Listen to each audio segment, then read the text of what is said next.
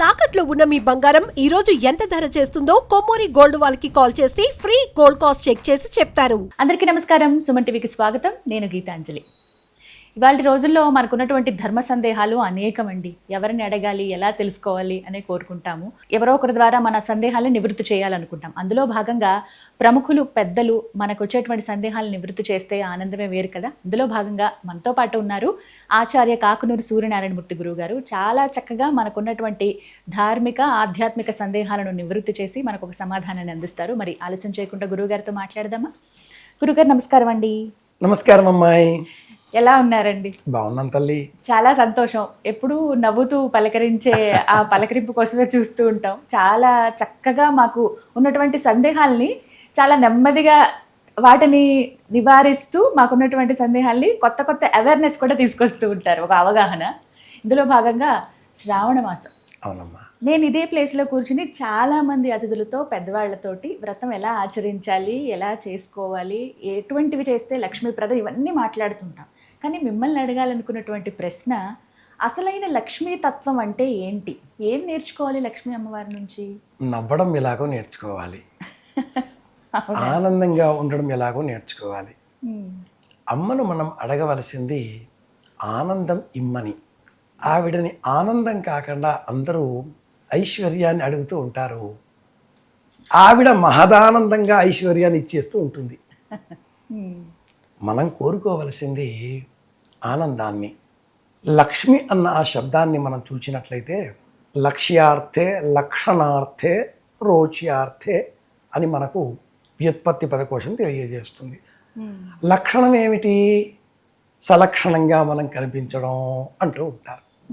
సలక్షణం అంటే ఒక మహిళ వ్రతం చేసుకునే సమయంలో సలక్షణంగా అంటే అమ్మవారు ఎలా అలంకరించుకుంటున్నామో అలా ఉండడం సలక్షణం.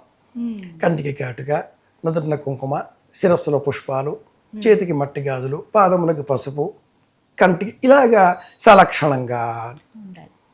ఒక వ్యక్తి, పురుషుడు ఒక ఉద్యోగం చేస్తున్నాడు. ఉద్యోగానికి సంబంధించిన విధులను, బాధ్యతలను తూచ తప్పకుండా ఉంటే సలక్షణంగా అతడు తన పని తాను చేసుకుంటాడు అంటారు. ఒక పోలీసు వాడు కావచ్చు, ఒక జడ్జి కావచ్చు, ఎవరి బాధ్యతలకు తగినట్టుగా వారు వేషభూషలతో, భాషలతో పాటుగా వ్యవహార సరళి కూడా అంతే సౌమ్యంగా ఉన్నట్లయితే సలక్షణంగా ఉన్నాడు అబ్బాయి, ఇక్కడికి అమ్మాయి నుంచి వివాహం చేయవచ్చు అంటూ ఉంటారు. ఈ సలక్షణం అనేది అమ్మవారిని మనం అడగాలి. వినయం కావాలి, వివేకం కావాలి, విజ్ఞానం కావాలి. చారుమతికి అమ్మవారు కలలో దర్శనం ఇచ్చింది. ఎందుకు కనిపించింది? ఆవిడ సలక్షణంగా ఉంది కాబట్టి. ఆవిడ మితంగా, హితంగా, వినయంగా మాట్లాడుతుంది కాబట్టి. మిగతా వాళ్ళు ఎవరికి కనిపించలేదే, ఆవిడకి ఎందుకు కనిపించింది అంటే ఆవిడ ఒక్కటి సలక్షణంగా ఉంది. నేటి కాలంలో మహిళలు ఆకారంలో పురుషుడికి దగ్గరై అతడి ఆరాధనకు దూరం అవుతున్నారు అంటూ ఒక గొప్ప రచయిత ఎండమూరి వీరేంద్రనాథ్ ఏదో ఒక నవలో రాసి ఉన్నాడు. పురుషులు కూడా వాళ్ళ వాళ్ళ బాధ్యతలు, ధర్మాలకు దూరంగా వెళుతూ చేస్తున్న పని కాకుండా పక్క పనిపైన ఆకర్షణలతో జీవితాన్ని అతలాకుతలం చేసుకుంటున్నారు. ఎవరు ఏ పని చేస్తున్నారో ఆ పని మీద లక్ష్యాన్ని కేంద్రీకరించడమే సలక్షణం. ఇది మనకు వరలక్ష్మి అమ్మవారు ఇస్తుంది. ఈ వ్రతానికి ఎంత చిత్రమైన అంశాలు ఉన్నాయి అంటే, ఒకటి ఉద్యాపన లేదు. అనేకులు ఈ వ్రతాన్ని ఉదయం చేసుకోవచ్చు అంటూ ఉంటారు, సాయంత్రం చెయ్యాలి అని ఆ వ్రత కథలో ఉంది. ఉదయం అంతా ఏర్పాట్లతో ఉండి సాయంత్రమే చేసుకోవాలి. మరికొందరు సత్యనారాయణ వ్రతం కూడా కలిపి చేసుకోవచ్చా, ఎలాగూ ఇది చేస్తున్నాం కదా, అక్కర్లేదు. ఒక్క వ్రతం చేయండి, లక్షణంగా చేయండి. 9 పూర్ణాలు నివేదనగానా, 21 పూర్ణాలు నివేదనగానా, ఇలా అన్ని చిన్న చిన్న వాటిని దేహం ఉన్నంతకాలం సందేహం. వ్రతంలో ఏమనుంది? 21 సంఖ్యలో ఏకవింశతి సంఖ్యాక అన్న ఆ సంఖ్య చెప్పి నైవేద్యం ఉంది.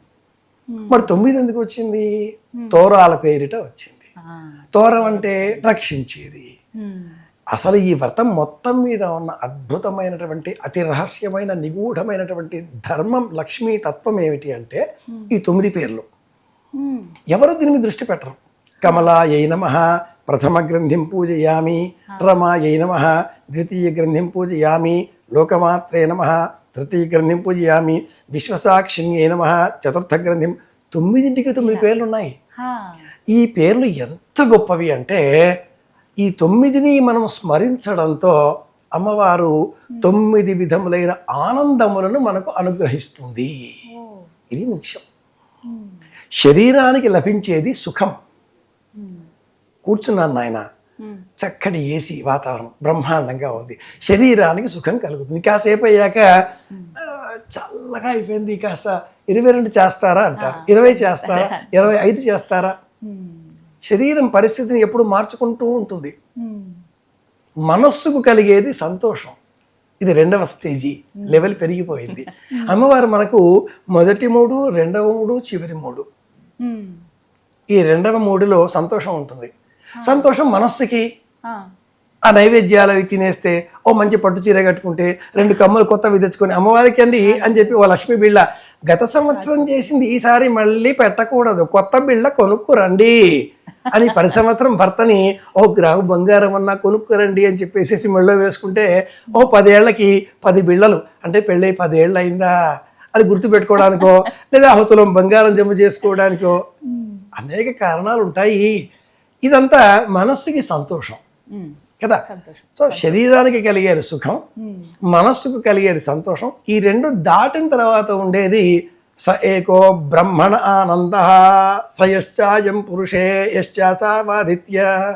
వేదంలో ఎవరికైతే ఆశిష్ఠుడు, దృఢిష్ఠుడు, బలిష్ఠుడు, సమస్తమైనటువంటి బలాలు తెలిసిపోయి ఉంటాడో, సమస్తమైన సంపదలు కలిగి ఉంటాడో అతడికి కలిగే ఆనందం మానుషానందం అని మొదలుపెట్టి ఆ తర్వాత బృహస్పతి ఆనందము, ఇంద్ర ఆనందము, 12 ఆనందాలు అయిన తర్వాత చివరిగా వచ్చేది బ్రహ్మానందము అంటాడు. కవి సమ్రాట్ విశ్వనాథ సత్యనారాయణ గారు కావ్యానందం అనే ఒక పుస్తకం చెప్పారు. వరలక్ష్మీదేవికి కావ్యానందానికి సంతోషం సంబంధం ఏమిటండి అంటే యథారథే కుళీరస్థౌ మాసేచ శ్రావణే తథాహ అని ఈ వ్రతకల్పం భవిష్యత్ ఏదైతే కథ చెప్పబడిందో ఆ పురాణంలో వరలక్ష్మి వ్రతం గురించి చేసిన ప్రస్తావనలో వ్రత చూడామణి అనే గ్రంథంలో ప్రత్యేకంగా చెబుతారు. కర్కాటకంలో సూర్య సంచారం ఉన్న మాసంలో ఈ వ్రతం చేసుకోవాలి. కర్కాటకంలో సూర్య సంచారం సగభాగం ఆషాఢ మాసంలో, సగభాగం శ్రావణ మాసంలో ఉంటుంది. కాబట్టి శ్రావణ మాసంలో చేసుకుంటే ఇంకా ప్రత్యేకం కనుక పౌర్ణమికి ముందుగా వచ్చే ఏదైనా ఒక వారం, 2వది అని ఫిక్స్ కాదు, 1 కూడా చేసుకోవచ్చు. ఎందుకని యథా రవే కుళీరస్థౌ, కర్కాటక రాశిలో సూర్య సంచారం ఉన్న కాలం. ఎందుకు ఇంత ప్రత్యేకత? కర్కాటకానికి చంద్రుడు అధిపతి, సూర్యుడు సింహరాశికి అధిపతి. ఈ రాశి చక్రంలో అన్ని గ్రహాలకి 2 ఆధిపత్యాలు ఉంటాయి. బుధుడు ఉన్నాడు అనుకుందాం, ఆయనకి మిథునం కన్య, శుక్రుడు ఉన్నాడు వృషభం తుల, కుజుడు ఉన్నాడు మేషం వృశ్చికం, గురువు ఉన్నాడు మీనం ధనుస్సు, శనైశ్చరుడు ఉన్నాడు కుంభం అలాగే మకరం. ఈ 5ంటికి 2 ఆధిపత్యాలు ఇచ్చిన జ్యోతిర్విద్వాంసులు జ్యోతిర్వేదం చంద్రుడికి 1, సూర్యుడి 1 ఇచ్చింది. ఎందుకని? చంద్రుడు మనస్సును నియంత్రించే దైవం, సూర్యుడు శరీరాన్ని. ఇప్పుడు త్రికరణ శుద్ధిగా వ్రతం చేయాలి కదా. అలాంటప్పుడు చంద్రుడు సూర్యుడు ఒకచోట ఉన్నప్పుడు మన శరీరాన్ని కూడా మాటని కూడా అందులో లీనం చేసి చెబితే అప్పుడు అది త్రికరణ శుద్ధిగా అవుతుంది. అలాంటి కాలం కాబట్టి వ్రతం చేయండి అన్నారు. శ్రవణ నక్షత్రానికి శ్రీమన్నారాయణమూర్తి నక్షత్రం అని చెప్పుకుంటూ ఉంటాం. వెంకటేశ్వర స్వామి వారి దర్శనం ఇచ్చారు. ఈ మాసం శ్రావణ మాసం. కర్కాటకానికి ఈ శ్రావణానికి సంబంధించిన మకర రాశి 180 డిగ్రీలలో ఉంటుంది. ఇది రహస్యం. ఇది చదవక ఇది చెప్పక అనేకులు అనేక విధాలుగా చెబుతూ ఉంటారు. ఏకాగ్రతతో ఉండేటటువంటి త్రికరణ శుద్ధిగా అన్న మాటకి నిజమైన సాక్ష్యంతో కనిపించే నిజమైన కాలం ఈ శ్రావణ మాసంలోని మొదటి భాగ. అందుకే చేయండి అన్నారు. ఈ ఆత్మకు కలిగేది ఆనందము, బ్రహ్మానందం కలిగిందండి అని అంటారు. లడ్డూలు ఎవరైనా ఇస్తే చాలా సంతోషం అండి. చాలా సంతోషం. ప్రపంచం అంతా నటన మొదలైంది తల్లి. అమ్మవారిని పూజించడం అంటే ఒక కలశం, ఓ చెంబు, అందులో నీళ్లు పోయాలి. బియ్యం కాదు, నీళ్లు పోయమని కథలో ఉంది. నీళ్లు ప్రాణం కదా. ఓ కొబ్బరికాయ పెట్టాలి, ఒక అలంకరణ, ఒక వస్త్రం, పంచవాయనాలలో వస్త్రం. పంచవాయనాలు అని చెప్తూ ఉంటారు. పంచవాయనాలు అంటే ఎవరో అన్నారు, చాలా పెద్దవాళ్ళు వాళ్ళందరూ చెప్పేవాళ్ళు. 5 ముత్తైదులకే ఇవ్వాలి, ఇంట్లోని వాళ్ళు కాకుండా బయటి వాళ్ళకి ఇస్తేనే లెక్క. పంచవాయనాలు అంటే ఏమిటి, చాలా చెప్తూ వచ్చారు. ఆ వ్రత కథ ఏం చెబుతుంది భవిష్యోత్తర పురాణంలో? తమలపాకులు, వక్కలు, పువ్వులు, పళ్ళు, వస్త్రం, ఈ 5 కలుపుకుంటే పంచ వస్తువులు. వీటిని వెదురు బుట్టలో ఉంచి వాయనం ఇవ్వాలి. తెలంగాణలో చేట వాయనం అన్న పేరిట వివాహాలు నిర్వహించే సమయంలో చిన్న చిన్న చేటలు ఉంటాయి, వాటిని మొంటె అంటారు. చిన్న చేట ఎప్పుడు వాయనం ఇచ్చినా కూడా అందులో ఉంచి ఇస్తారు. మొంటె వాయనం అంటూ ఉంటారు.